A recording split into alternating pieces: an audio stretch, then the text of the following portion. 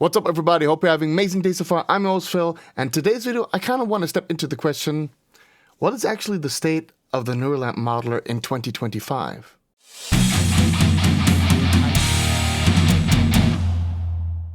Reamping modeler, the latest and greatest when it comes to capturing technology. We're going to move forward calling Reamping modeler NAM in this video, just for your reference.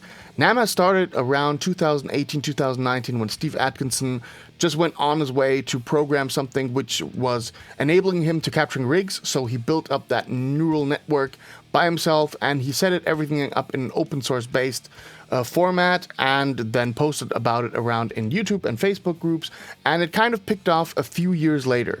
One of my videos where I compared TONE3000 with Reamping modeler, I had the feeling that it really coincided exactly with the rise of NAM, and yeah, when I started joining the Facebook group, there were only like 280 users, and shortly after we reached, like milestone thresholds like 5,000 users, 10,000 users, and we're now over 20,000 users. However, Reamping modeler has made a huge wave through the music industry in the last 2.5 years. With the uprise of NAM and it being, adopted by less tech-savvy guitar players, there were some questions which were rising up. For example, where is the repository where all the models are stored? Like, what's the one-stop shop for getting your NAM models?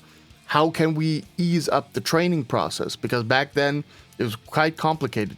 You had to go to Google Colab, you had to set up some customized code in there, and then you could train your stuff. And while local training with your graphic card in your computer was able at some point in time, it still remained really a hassle to set up, and it's still quite complicated. However, NAM also in that regard made huge steps forward. While NAM was being so complicated for early adopters, there was a certain tech savviness in the NAM community, which then in turn brought some very interesting solutions for those problems to light. One of these solutions was TONE3000.org.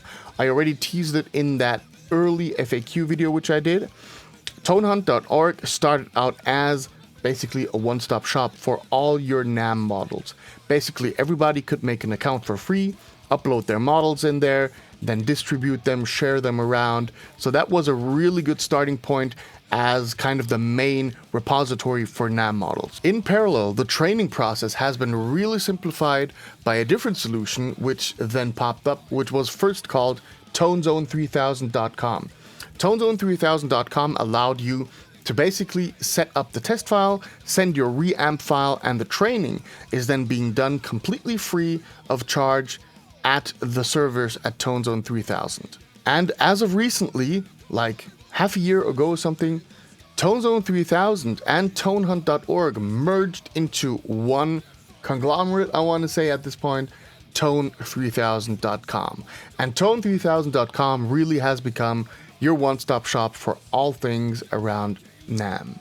This merging really had a ripple effect through the NAM community, because now it's super easy to actually get all the models which you could dream of, have an account for yourself where you can also upload stuff, and even the training process, or at least the hard part of that, is being taken away by TONE3000 from you. You just have the fun part of doing the reamps in your studio, trying to figure out the cool stuff, and then you send it off to TONE3000 for training. TONE3000 is the brainchild of both Woody and Stanley, who are both quite active in the NAM community. So they're not only bystanders in that regard who gave us a platform, but they're actually active in the community, talking to people, trying to find out what are the needs of people who are uploading the profiles, what are the needs of those who are actively using TONE3000 in order to get their models. So kind of looking at both sides of it. And I personally had an immensely interesting talk with both Woody and Stanley, and giving my proposals for what TONE3000 could be in the future, and so on and so forth. And we agreed that I'm going to make a video for you guys to showcase TONE3000. I'm going to show you around what it looks like, what you can do on the platform. We're going to go through the training process. So I'm going to show you basically the entire reamping process through one rig which I got over here, and then we're going to upload and train that on TONE3000. Before we check out TONE3000, I want to disclaim that this video has not been paid by TONE3000 in any shape or form. I'm not being compensated. However, I am a verified content creator on TONE3000. That means that my profile got the check mark.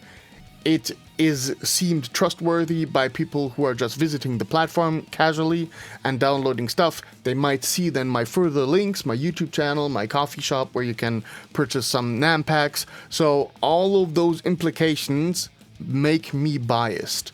I just want to leave that out there for you to take into consideration when watching this video, but in the end, being realistically, at this point in time, I have no gain out of making this video other than showing you people out there how awesome it is being part of the NAM community and what are the developments around it. Accessing TONE3000 is as simple as it gets. You open up a browser, enter tone3000.com, and you are already on the platform. If you want to create an account, you can do that via the sign up functionality, but in order to just check out things and download packs, you don't need to register yourself. What we got over here is the main section where we got, like the possibility to create a tone. You got your account place over here where you got different links and so on and so forth. You can set up you can watch through the blog, you can contact them. Over here, actually, which is pretty cool, you can select the impulse response which you want to check out. For example, the blend of all, search for one of the DI tracks, and then we're going to go with something which is a little bit more rocky, more metal. Let's go with the Marshall JCM.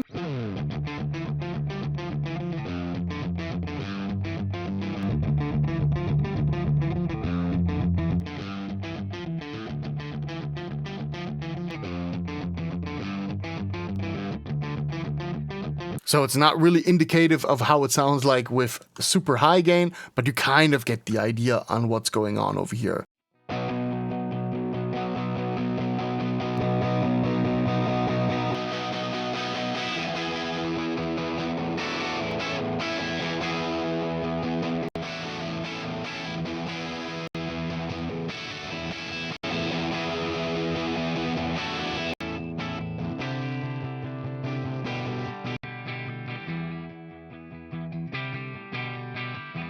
So I really like the fact that it continues playing on. That makes it very easy for this A/B auditioning thing, and that way you can then actually check, is the pack which you're about to download actually something which you are interested in, or rather not. So you can download them individually or download them all as a zipped file.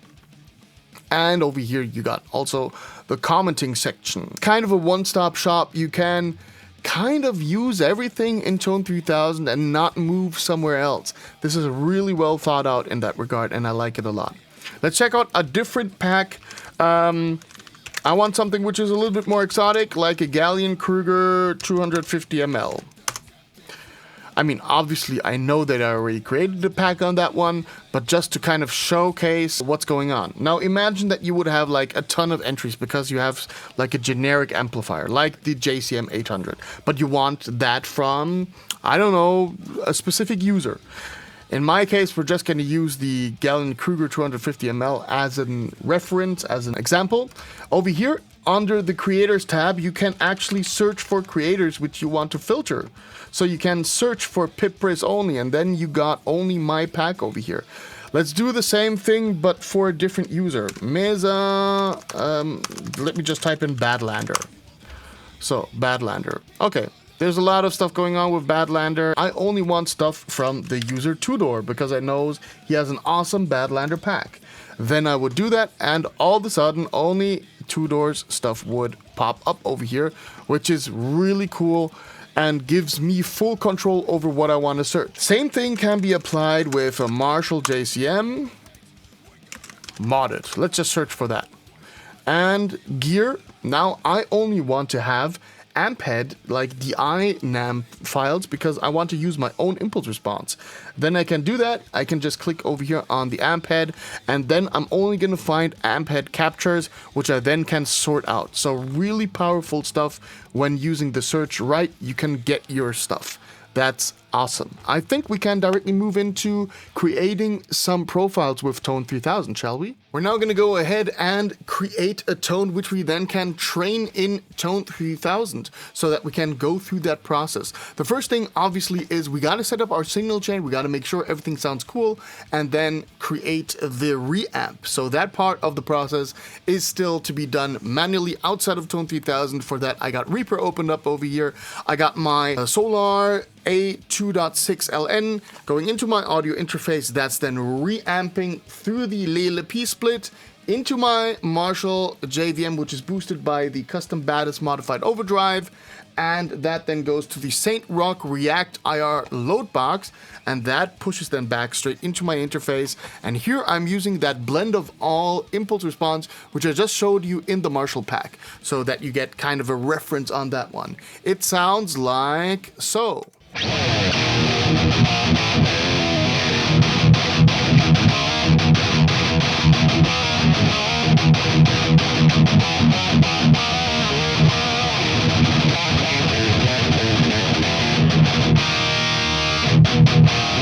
I'm gonna load this particular NAM capture then onto TONE3000 for free download. You're gonna find it in the link in the description below, so go ahead and check out that capture if you want to have some really cool Marshall-esque flavored thrash metal tones. Alright, what we first got to do in order to get this going is we have to load in the NeuroLamp Modeler test file into this reamping signal chain.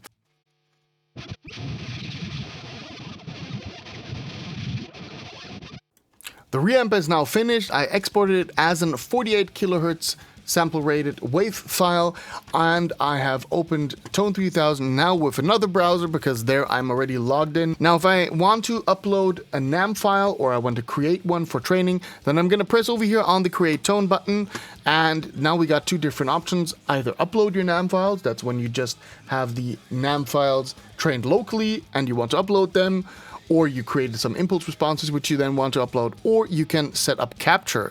Capture is exactly what we want to do, capture a digital model of your gear. Now you got two different ways in how you can set up a capturing setup. We got the sweep signal method, that is the one which I just went through. So we got that horrible sounding input file, which however gives you the best accuracy, but you also can use a dry wet pair. What that means is when playing through a rig and you got your DI set out and the stems of your actual, let's say, amplifier rig which you're playing through, then you could use the DI signal and the wet signal in order to also train based on that input which you gave. If you're now playing like a full show and you got like a snippet where you're playing a lot of different things, you might get a somewhat semi-accurate replication of that tone. However, if you want full accuracy, go with the sweep signal setting, that's the best one. So now what we want to do is we want to select that reamp which I just have created. In order to do so, we're going to go over here to the mixes and then use a JVM TONE3000 demo. That is the one which I just created. So it's now uploading, checking if the sample size is correct, so if the length is actually correct. There we are. We can now set up the model name. I'm just gonna set it up like so with the hyphens in between. So the tone is gonna be called basically like so. And then we can move on to the training settings. And this is like where TONE3000 gets really geeky, but also really powerful in my opinion. Now, if you are familiar with the NeuroLamp modeler, you might know that there are different architectures. So we have like the standard, the default thing. Then we got light, feather, and nano, tailored towards different applications, you know, like people who have not that powerful CPUs, for example. And then we also have the custom functionality. And in the custom functionality, you can now paste your own configuration in here. Woody was kind enough to give me his recommendation on a little bit more of an higher tier than standard training file. So we're gonna load in that custom configuration right over here. I now loaded in the custom architecture which Woody gave me over here. This is just for testing purposes, just to try out and to kind of show you what the custom setup can do. What this basically has, it has more channels, it has more dilations to it than the standard model. That means it's going to be a little bit more accurate, but therefore also more taxing on the CPU. When it comes to the training data over here, we got the best fit option, which I'm going to explain in a moment. We got the max epochs, and we got learning rate and learning rate decay. I'm not sure what the learning rate and learning rate decay do. The number of epochs, however, describes how often the neural network is calculating the input versus the output. Best fit option is like saving resources on TONE3000 side and time on your side. What that basically does is, if there's no change through the, like epoch iterations for a certain amount of time, like there's no substantial growth in ESR, then it's going to end the training preemptively. So that means, let's say after 600 epochs, a lot of training curves are kind of narrowing towards the lowest level which you can reach. It doesn't make sense to run that 200 additional epochs to have no gain. And that's where best fit kind of comes in and then cuts off the training in that regard. So you still get a super accurate model, but you're also saving your time and resources in the end. Then we got the calibration. Calibration just means what is your input level of your signal chain? What is the output level of your signal chain which you're using? That's what we got over here. Now we can set up next. And now we gotta find a title for our pack. Let's say JVM 14H TONE3000 demo. That's the name which I want to set up. Create that folder. Now we can select the gear type. It's only an amp head, so we're not having a full model. And then we have what do we have in there? We got an MXR M77. So I'm gonna enter that in. MXR M77 custom ballast modified overdrive, and we have a JVM. What do we have? The OD1 channel. That's the OD1 channel. So there we go. That then makes it clickable and searchable easier. Now comes the thing where you have to set up a photo. So I'm going to make a photo very quickly and add that in here. I now uploaded the photo over here of the amplifier, set up the description, added some tags, and added also my links. In the end, after all is said and done, I will also embed the YouTube videos over here. Now, this is where it becomes interesting, visibility. If you set the things to private, then a lot of the stuff which I'm doing over here is not necessary. You don't have to upload a photo, you don't have to add a description, and so on and so forth, because you are only using them for yourself. But if you want to share them with the world, then TONE3000 asks of you to kindly provide this information. The reason for that is just simply creating a trustworthy environment.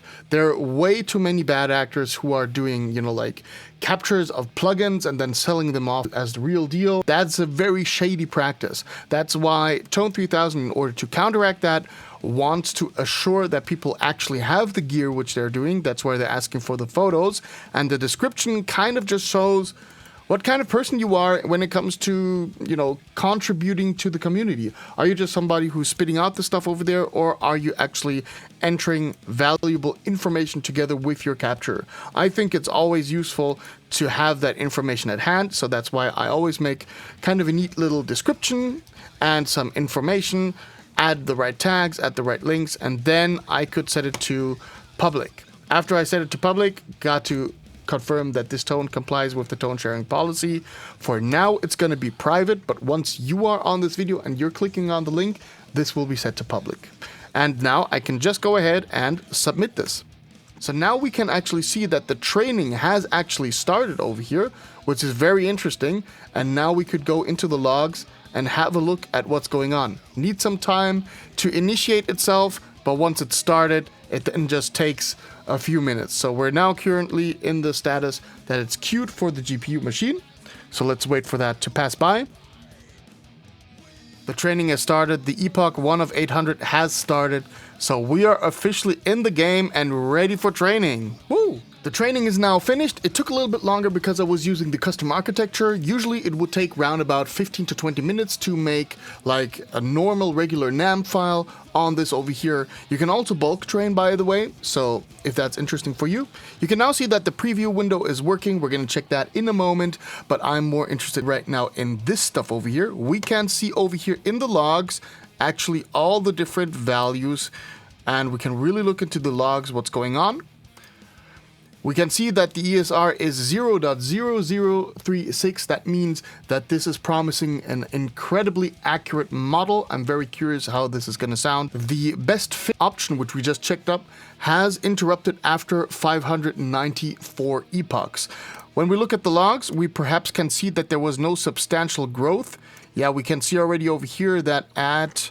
Let's go ahead. So already at epoch 300, we were in a realm where it would be totally fine to interrupt, actually. Yeah, so we got a lot of different stuff going on over here where we can see the actual information, which is really cool. And now we could, in theory, go ahead with our preview once again.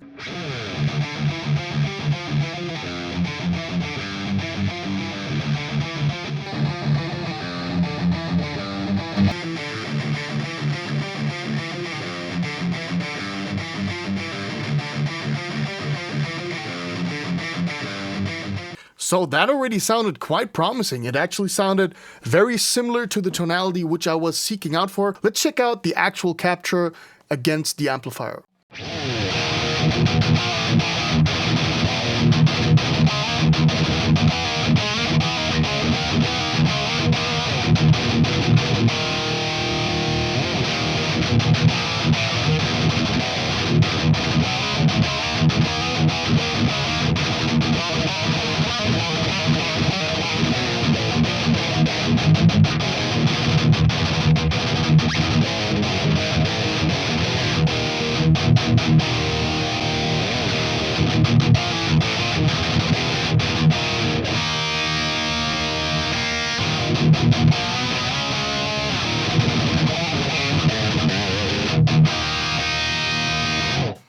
Sounds really, really close to the original.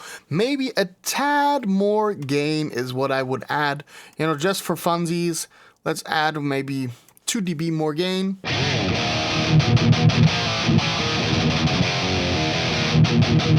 And we're there. This is awesome. I mean, this opens up so much possibilities for people who do not have gaming machines like I have. I have like a gaming PC over here.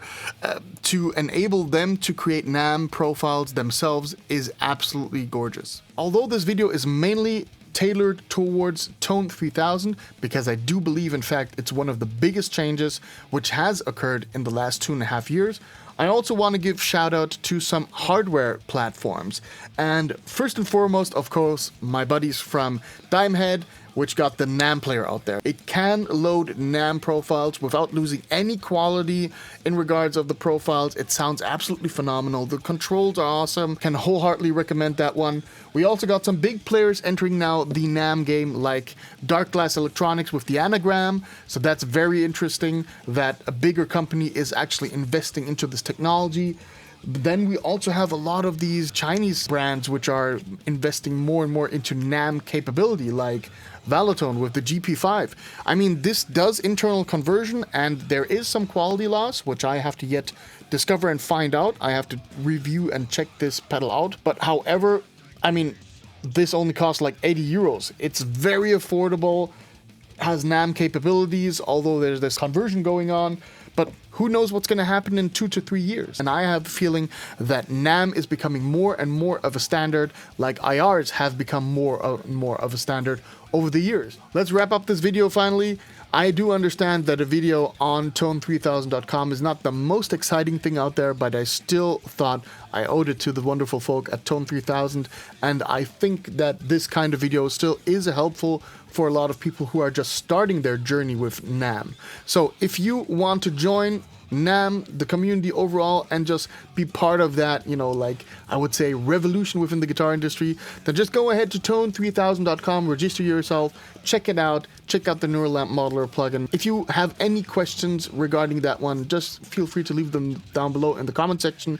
I'm trying to answer really every single comment which comes in on my page. I'm always eager to discuss and have a chat with you people out there. If you like what I do, if this helped you out a little bit, then please go ahead and subscribe to the channel, like the video, comment under it, do all of that algorithm enhancing stuff. And I'm gonna see you hopefully in the next video. Until then, keep it metal.